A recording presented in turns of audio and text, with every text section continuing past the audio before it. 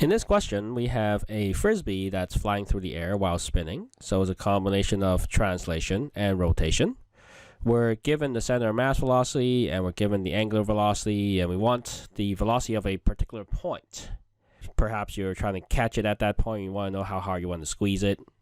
In any case, this is a case of summing up the tangential velocity with the center of mass velocity to get the total, right?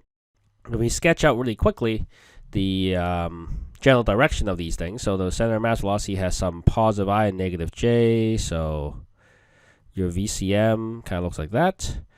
And then because your angular velocity is positive k, using your first right-hand rule, and now the page angular velocity means swirling counterclockwise.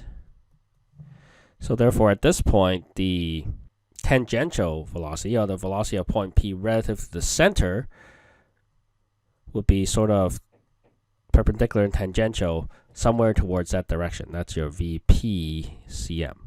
And then, of course, your overall VP is equal to the sum of whatever the center of mass is doing plus whatever point P is doing relative to the center of mass. Now, at this point, we can, of course, use the fact that your tangential speed is given by omega times r. Now this r, of course, is not the overall radius of the disk. It's just really the distance, how far point P is from the center here.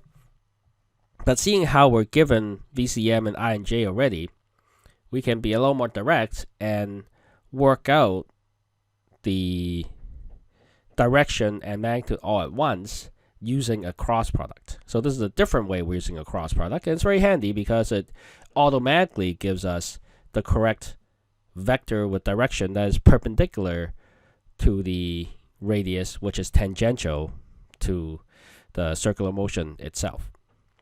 So the full definition with vector is, instead of just a simple multiplication, we actually have the vector of angular velocity cross product with this r being the displacement vector from the center to where point P is. In this case, the rotational center is the center of mass, so everything is pretty straightforward. So in this case, we just have to break down my r into I and j components before we do the cross product. And seeing the direction here, it's going to have some negative x component with sine 25 degrees, I hat, and some positive j component, like that. With your calculator, you can work this out to be a particular string of numbers. And that really is just punching out the sine and the cosine there. Then, to actually do the cross product, we keep the fact that omega has a positive k hat direction. Cross product with the same vector we had before. And then we will do each term by term, right? We got k cross I gives you positive j, and because it's j hats, I'm going to put it as the second term. Then you have k cross j, which is negative I.